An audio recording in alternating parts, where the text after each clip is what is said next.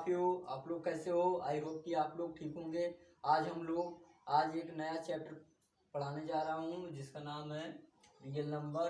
Class 10th का CBSE board से chapter 1 है और पार्ट 1 भी है। ठीक है, पहले चैप्टर में क्लास 10th के सीबीएसई बोर्ड में क्या दिया गया है? रियल नंबर, जिसे हम लोग हिंदी में क्या बोलते हैं? वास्तविक संख्या।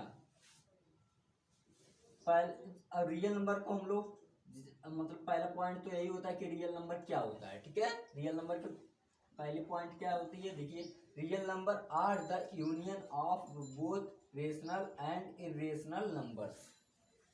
क्या बोला है? Real number are the union, real number are the union of both rational and irrational numbers.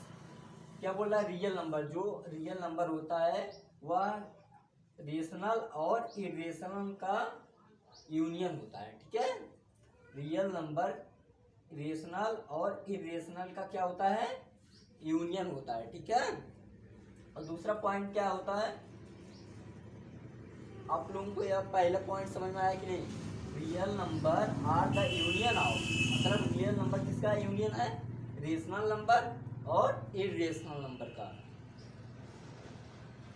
नहीं तो और आसान भाषा में समझना है तो रेशनल नंबर भी रियल नंबर होता है और इरेशनल नंबर भी रियल नंबर होता है, और इन दोनों का आपस में जोड़ देंगे तब भी यूनियन, जब इन लोगों का यूनियन बन जाएगा तब भी वो रियल नंबर ही रहेगा।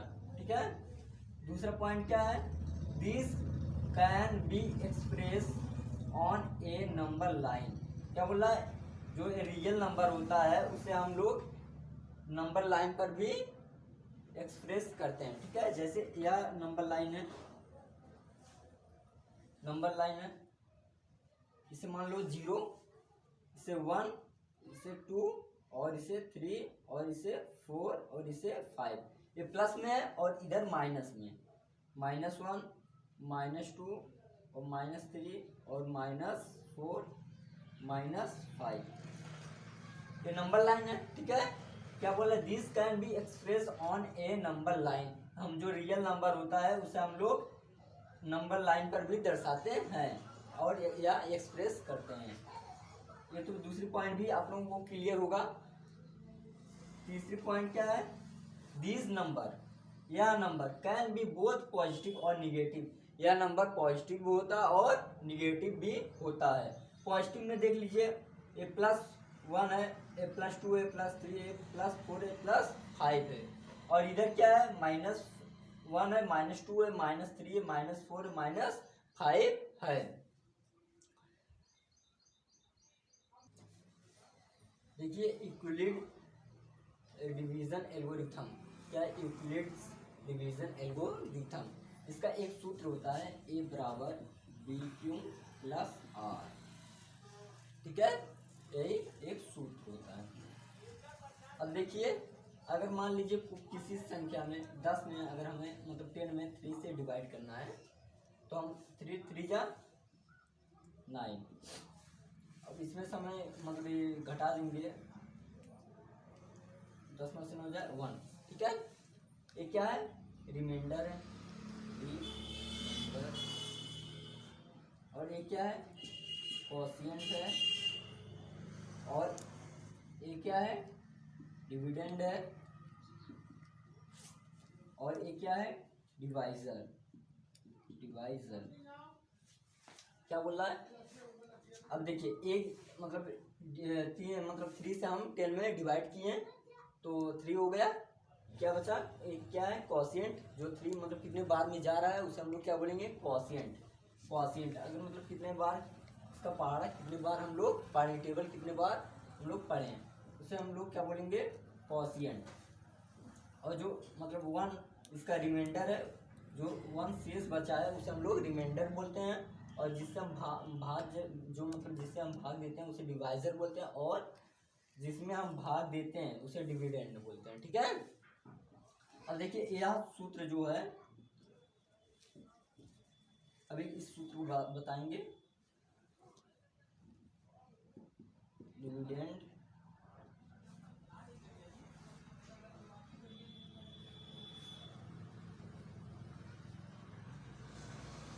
डिविडेंड इक्वल टू क्या हो जाएगा,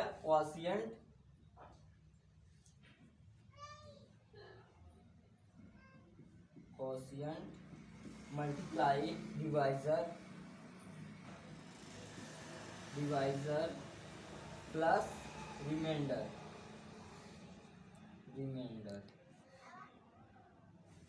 डिविडेंड इक्वल टू कितना होता है, क्वोशिएंट मल्टीप्लाई डिवीजर और प्लस रिमाइंडर। जब इसे हम मल्टीप्लाई करके इसमें ऐड कर देंगे तो हमें क्या मिल जाएगा, डिविडेंड मिल जाएगा। ठीक है, यह जो सूत्र है A equal to B Q plus R, ये क्या है, डिविडेंड है, और बी क्या है,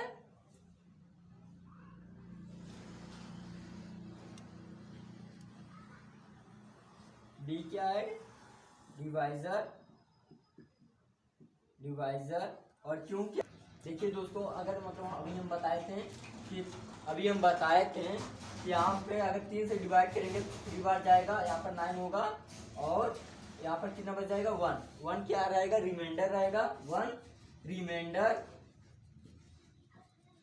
और एक क्वोशिएंट, और एक क्या हो जाएगा, डिवाइजर, और ये डिविडेंड। ठीक है, अब देखिए अगर हमें डिविडेंड निकालना है तो कैसे निकलेगा, इसका सूत्र क्या होता है, पहले डिवाइजर मल्टीप्लाई क्वोशिएंट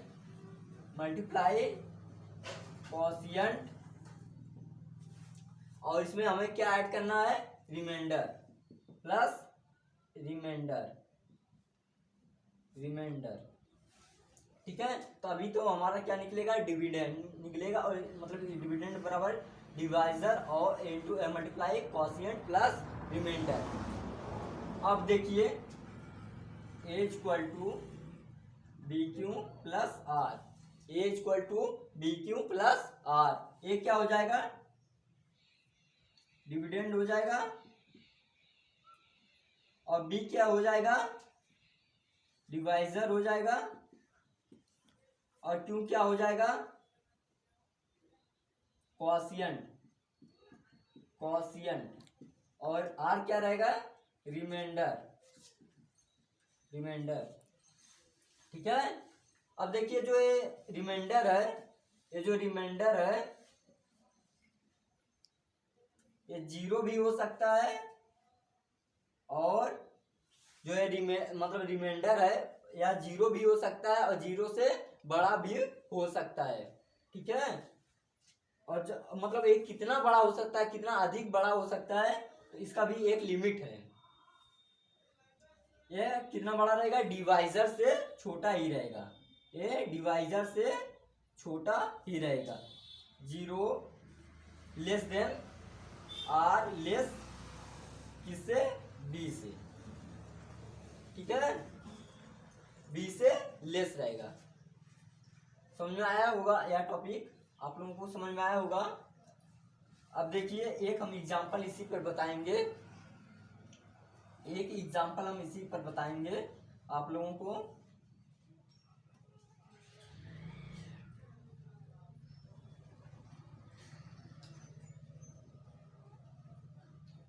867 और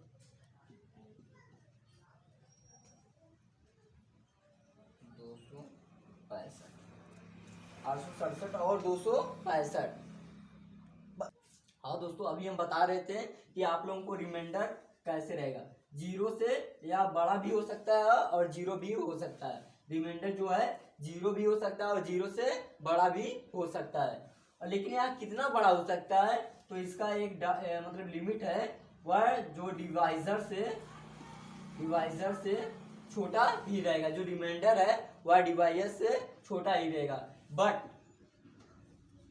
लेकिन यह जो रिमाइंडर रहेगा वह कभी माइनस में यानी निगेटिव फॉर्म में नहीं रहेगा, नेगेटिव फॉर्म में नहीं रहेगा, ठीक है, नेगेटिव फॉर्म में नहीं रहेगा। अब देखिए एक एग्जांपल हम बताते हैं आप लोगों को।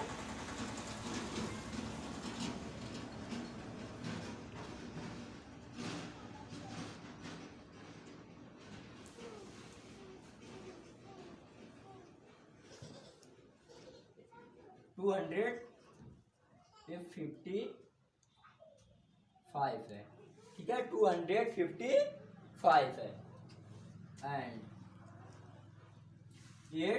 867 एंड 255 में हमें मतलब यूक्लिड विभाजन मतलब यूक्लिड एल्गोरिथम के द्वारा हमें निकालना है, डिवीजन एल्गोरिथम के द्वारा निकालना हमें।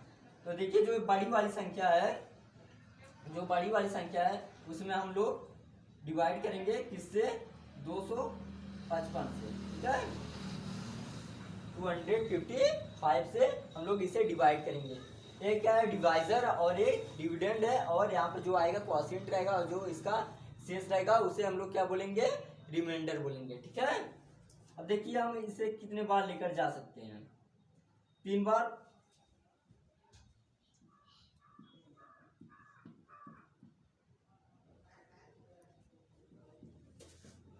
3 बार लेकर गए 765 आ गया। अगर 4 बार लेकर जाएंगे तो ये ज़्यादा हो जाएगा। तो इसमें से हम अगर इसे माइनस कर दिए, 7 में से 5 जाए 2, यहाँ पर 0 और यहाँ पर 8 में से 7 जाए 1 आएगा, ठीक है। अब यहाँ पर कितना हो गया, 102, इसका ये रिमाइंडर हो गया, ठीक है, इसका ये रिमाइंडर है। अब देखिए अब जो ये रिमाइंडर है इसे हम लोग क्या बना देंगे, डिवाइजर, इसे हम लोग क्या बना देंगे, डिवाइजर। और जो यहाँ पर डिवाइजर था, जो यहाँ पर डिवाइजर था उसे हम लोग क्या बना देंगे, डिविडेंड, ठीक है। इसको हम यहाँ पर लिख दिए और जो इसका रिमाइंडर था उसे हम लोग क्या बना दिए, डिवाइजर बना दिए। अब इसमें हम लोग 2 बार लेकर जाएंगे, कितना हो गया, 204।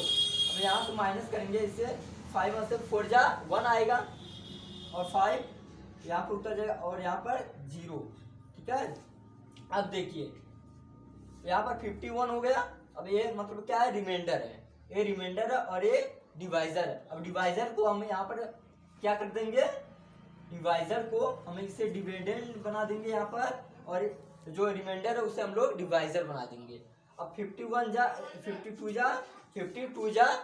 यहाँ पर कितना हो जाएगा, 102, यहाँ पर कट गया, यानी शेष कितना आ गया, यानी रिमाइंडर कितना आ गया, 0 आ गया, ठीक है। अब देखिए अब हम इसे प्रोसेसिंग मतलब यहाँ पर स्टेप बाय स्टेप लिखेंगे, H equal to B Q plus R, अभी ए क्या था यहाँ पर, ए क्या था, ये जो बड़ी संख्या रहेगा इसे हम यहाँ पर ए मान लेंगे, और बी जो डिवाइजर है उसे हम बी मानते हैं, ठीक है। यहाँ पर 255 मल्टीप्लाई करेंगे, क्यों क्वोशिएंट कितना इसमें आया है, 3 आया, 3 क्वोशिएंट है, प्लस रिमाइंडर कितना है, 102 रिमाइंडर है, ठीक है। अब देखिए अब यहाँ पर जो मतलब डिवाइजर था, यहाँ पर जो डिवाइजर था, अब हम इसे यहाँ पर लिखेंगे 255। देखिए दोस्तों यहाँ पर हम लोग यहाँ पर डिवाइड किए तो रिमाइंडर कितना बचा, 102। अब देखिए अब हम इसे यहाँ पर लिखेंगे 255 इक्वल टू 102, डिवाइजर कितना है यहाँ पर 102। अब कितने मतलब कितने बार हम पढ़े, क्वोशिएंट कितना है 2 और रिमाइंडर कितना बचा 51। अब देखिए 51 हो गया। अब इसे हम ये डिवाइजर था, डिवाइजर को यहाँ पर लिख देंगे, अब इसे डिविडेंड बना देंगे। अब डिवाइजर यहाँ पर क्या हो गया 51 हो गया, ठीक है। 51 कितने बार मतलब क्वोशिएंट कितना है यहाँ पर 2 है। अब यहाँ पर 0 मतलब रिमाइंडर कितना बचा 0। अब देखिए यहाँ से 3 मतलब 3 डिजिट के बाद जो आएगा मतलब इसका एचसीएफ कितना आया, एचसीएफ इक्वल टू ये जो रिमाइंडर के ऊपर जो रहेगा, जस्ट ऊपर जो रहेगा उसे हम लोग एचसीएफ मान लेंगे। यहाँ पे 51 इसका एचसीएफ हो गया। देखिए इसका एचसीएफ कितना आ जाएगा, इसके मतलब जो रिमाइंडर के जस्ट ऊपर रहेगा उसे हम लोग एचसीएफ मानेंगे, ठीक है। जो मतलब यहाँ पे रिमाइंडर हो गया, तो अब हम किसी में डिवाइड करना ही नहीं है, तो यहाँ एचसीएफ हो जाएगा, ठीक है। इसका एचसीएफ कितना आया, इसका एचसीएफ कितना आया, एचसीएफ कितना आया 51 इसका क्या आ गया, एचसीएफ आ गया, ठीक है। आई होप कि आप लोगों को आज का यह जो टॉपिक था समझ में आया होगा। इसके आगे जो हम पार्ट 2 पढ़ाएंगे, एक कल पढ़ाएंगे, ठीक है।